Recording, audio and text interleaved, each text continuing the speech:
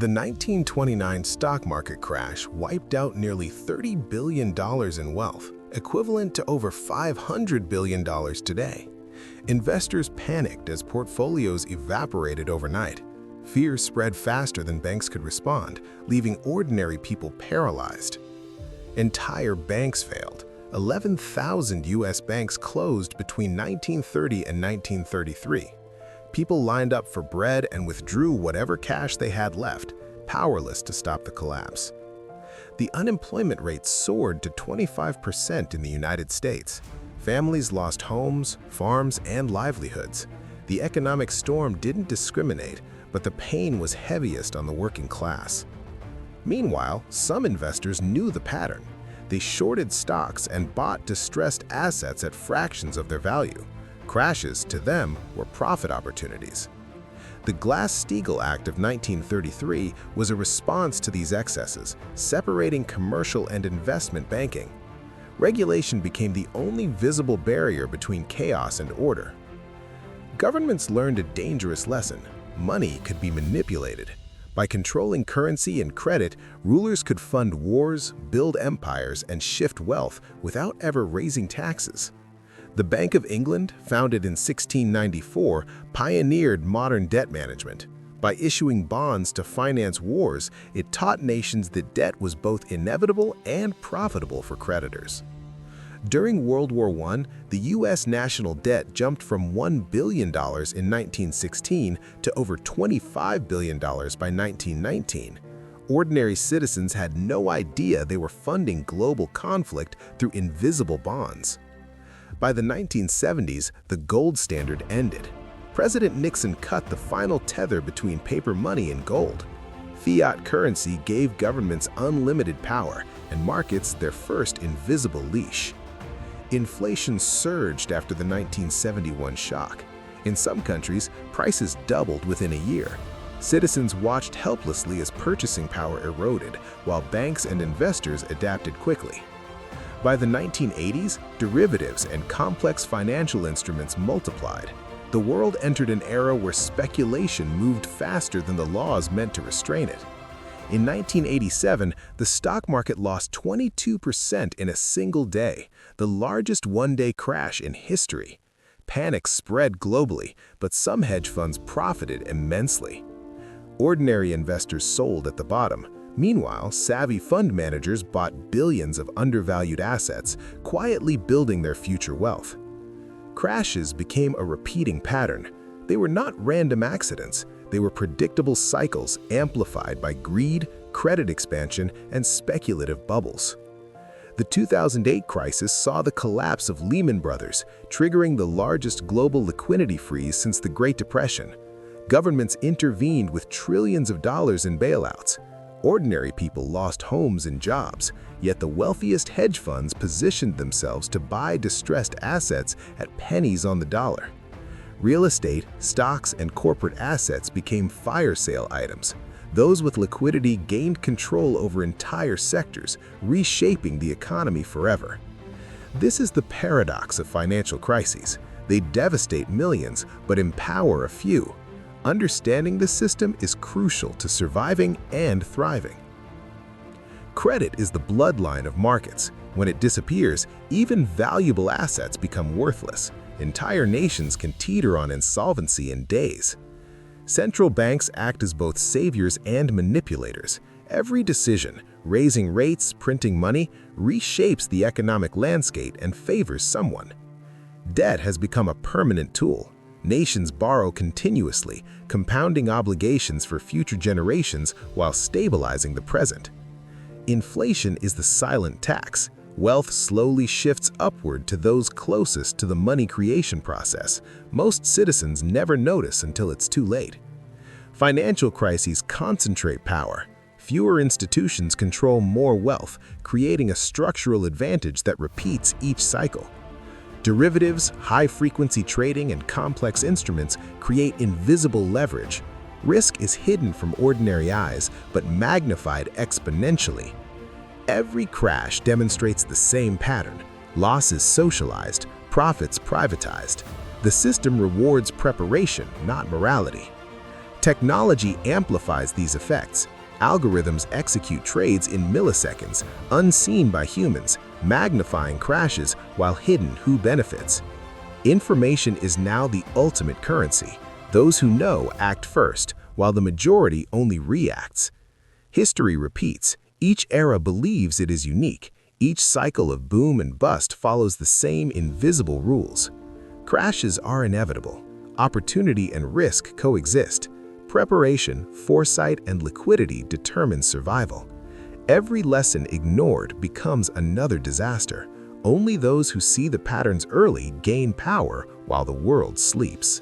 In 1997, the Asian financial crisis destroyed over $1 trillion in wealth across Thailand, Indonesia, and South Korea. Stock markets plunged 50 to 80%. Currencies collapsed, and unemployment surged in weeks. Governments scrambled to stabilize economies with emergency IMF loans totaling tens of billions. Currency devaluations wiped out savings. Thailand's baht fell 56% in months, Indonesia's rupiah by 83%, forcing mass layoffs and bankruptcies. Ordinary citizens had no warning as their life savings evaporated. Hedge funds and banks capitalized on the chaos, shorting currencies and buying undervalued assets. These fire sales transferred wealth quietly from the vulnerable to the prepared. IMF interventions injected $50 to $100 billion into affected nations, stabilizing markets but imposing harsh austerity measures. Social unrest spread as the burden fell on citizens, not institutions. Access to liquidity determined survival. Those with capital acquired assets at fractions of their real value, while ordinary citizens endured job loss and poverty. By 2000, the dot-com bubble inflated technology stocks to absurd levels, with Nasdaq peaking above 5,000 points. Companies with no revenue or profits were valued in billions, setting the stage for collapse. When the bubble burst in 2000 to 2002, over $5 trillion in market value vanished. Retail investors suffered huge losses, while funds with liquidity exited before the collapse. The 2008 U.S. housing crisis peaked with $14 trillion in mortgage-backed securities. Defaults on subprime loans triggered a cascade of failures, affecting banks and markets worldwide. Lehman Brothers' bankruptcy froze credit globally. Within days, $2 trillion in global wealth evaporated, leaving economies paralyzed and households impoverished. Governments responded with $700 billion in bailouts. The message was clear: institutions survive, citizens absorb the cost. Post-crisis, investors acquired distressed assets at pennies on the dollar, consolidating entire sectors. Opportunity followed destruction with mechanical precision. Stock buybacks, mergers, and acquisitions surged. Wealth concentration accelerated, while median household incomes remained stagnant, highlighting systemic inequality. By 2010, global debt exceeded $50 trillion, much hidden in derivatives, shadow banking, and government bonds. Risk was enormous but invisible to the public. The European debt crisis exposed this. Greece, Ireland, and Portugal faced austerity as unemployment rose above 25%, while banks were rescued to prevent contagion. The cycle was consistent: debt accumulation, asset bubbles, crash, bailout, and consolidation. Few ever questioned the underlying design. Quantitative easing introduced trillions into markets. Stock indices recovered, but inflation in housing and asset prices increased disproportionately, while consumer prices rose slowly. Wealth inequality exploded. Billionaires' fortunes grew exponentially while median household income barely changed, demonstrating systemic structural advantages. Algorithmic trading and complex derivatives amplified crashes. Microseconds now determine billions, invisible to ordinary investors. Information asymmetry is now the ultimate tool. Those who understand systemic risk act first, the rest react too late. Panic and profit coexist in every crisis. Preparedness, liquidity, and insight dictate who survives each cycle. The 2020 COVID-19 crash erased $10 trillion of market value within days. Global lockdowns froze commerce and investments simultaneously. Governments responded with unprecedented stimulus packages totaling over $12 trillion globally, stabilizing markets and preventing total collapse. Billionaire wealth surged during the pandemic as stock indices recovered faster than real economies, widening inequality further. Retail investors entered markets via apps, often unaware of systemic fragility, while institutional funds positioned to exploit volatility. Crashes ripple into society and politics, not just finance. Trust erodes, inequality grows, and invisible structures shape outcomes. Access to capital is survival. Those with liquidity consolidate sectors silently, while others endure collapse. Ordinary citizens perceive only panic. Crisis becomes a mechanism of wealth transfer to the prepared and informed. History is a ledger. Crashes repeat, wealth shifts, and systems endure. Understanding mechanisms of crashes is essential for survival. Insight and liquidity determine winners. Every market crash mirrors the same truth: panic for most, profit for the few. Those who see the system's architecture control the future. By 2015, global debt exceeded $200 trillion, fueled by cheap credit and quantitative easing. Countries borrowed to stimulate growth, while interest payments consumed rising portions of national budgets. Ordinary citizens faced stagnant wages and rising costs of living. The Greek debt crisis peaked as national debt reached 180% of GDP, forcing severe austerity. Public protests erupted as pensions were cut and unemployment exceeded 25%. Banks were rescued while citizens bore the full brunt. In emerging markets, crises accelerated. India, Brazil, and Turkey faced currency depreciation and capital flight, destabilizing local economies. Governments scrambled to control inflation and stabilize exchange rates. Central banks globally acted as stabilizers and manipulators, adjusting interest rates and buying assets. These actions influenced who gained and who lost during turbulent times. Asset bubbles formed in real estate, stocks, and commodities simultaneously. When prices collapsed, the effects rippled globally, wiping out trillions of dollars in wealth. Corporate debt reached record highs, exceeding $10 trillion in non-financial firms. Defaults became inevitable when economic shocks hit, triggering secondary crises. Inflation remained a silent tax on the population. Asset prices soared, while everyday goods climbed slowly, subtly transferring wealth upward. Quantitative easing flooded financial markets, creating record liquidity. Stock indices soared, but the gap between market wealth and real economy widened dramatically. The 2010-2020 decade saw repeated cycles of mini crashes and rallies. Each reset shifted wealth to those with liquidity and strategic foresight. Technology amplified market movements. High-frequency trading and algorithmic strategies executed transactions in milliseconds, magnifying volatility unseen by ordinary investors. The 2020 COVID-19 crash erased $10 trillion globally in days, yet markets recovered in months thanks to stimulus injections exceeding $12 trillion. Recovery was asymmetric, favoring asset owners. Retail investors surged into markets via apps, often unaware of systemic risk. Meanwhile, institutions leveraged the chaos to acquire undervalued assets.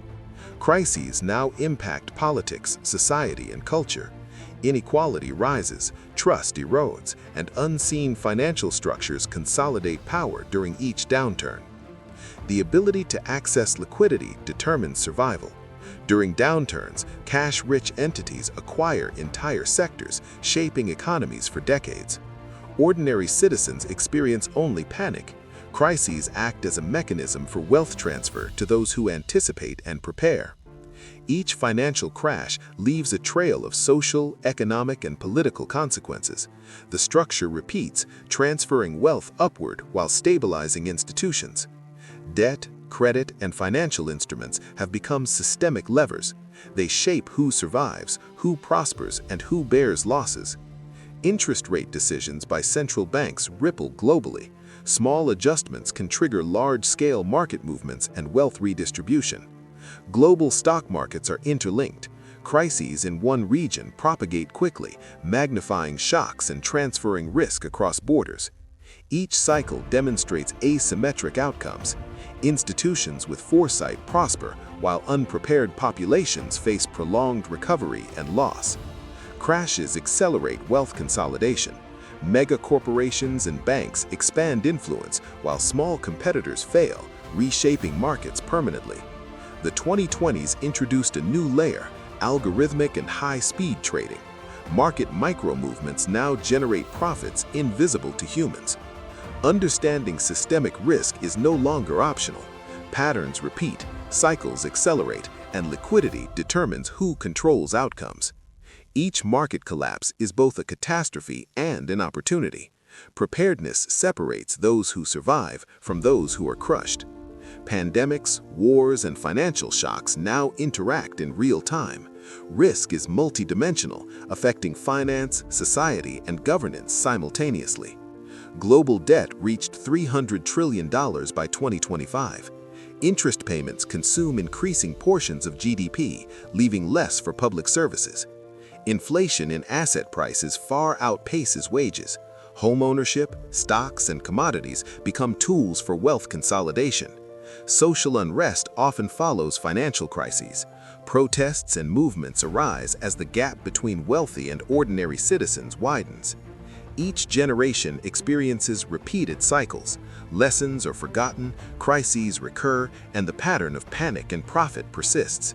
Understanding these cycles is crucial. The architecture of finance is invisible, but governs our collective destiny, rewarding foresight and preparation.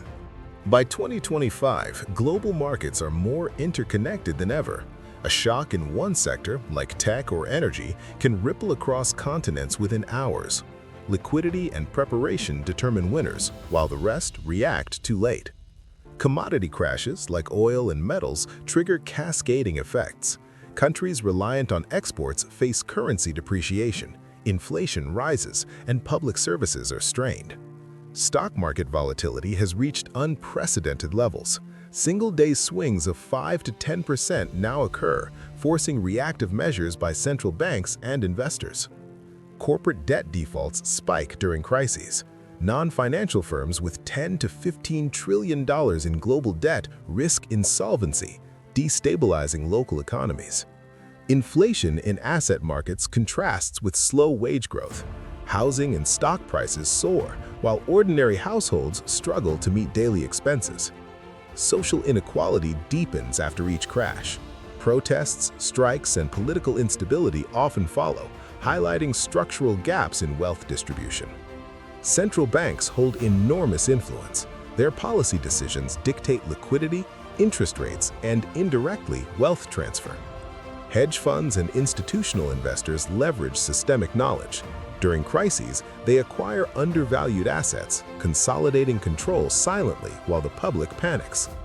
Technological trading magnifies speed and risk. Algorithms can trigger market swings before human reaction, generating micro-profits invisible to most. Global debt now exceeds $350 trillion. Governments and institutions hold massive leverage, shaping economic outcomes long before public awareness. Market crashes are not isolated events. Each triggers secondary effects.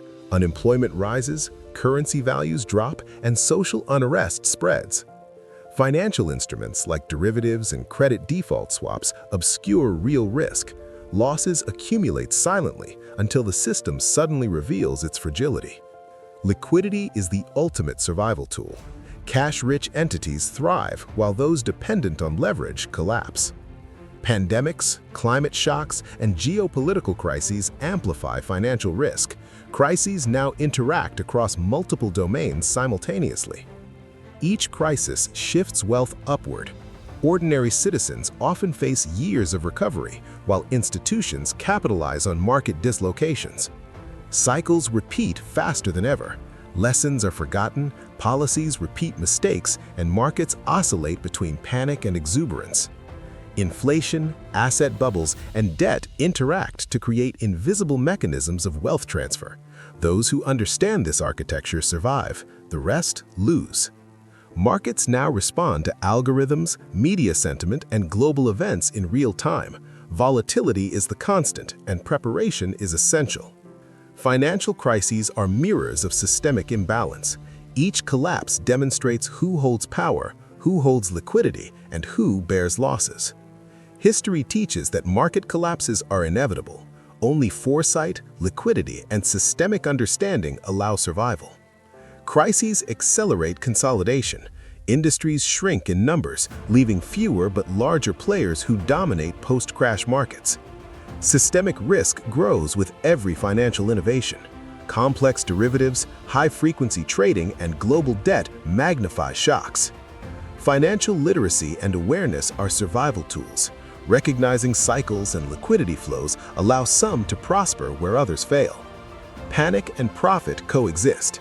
Every market crash leaves winners and losers, and history repeats with relentless precision. Pandemics, wars, and environmental crises are now intertwined with finance.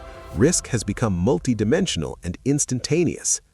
Debt-driven economies amplify inequality.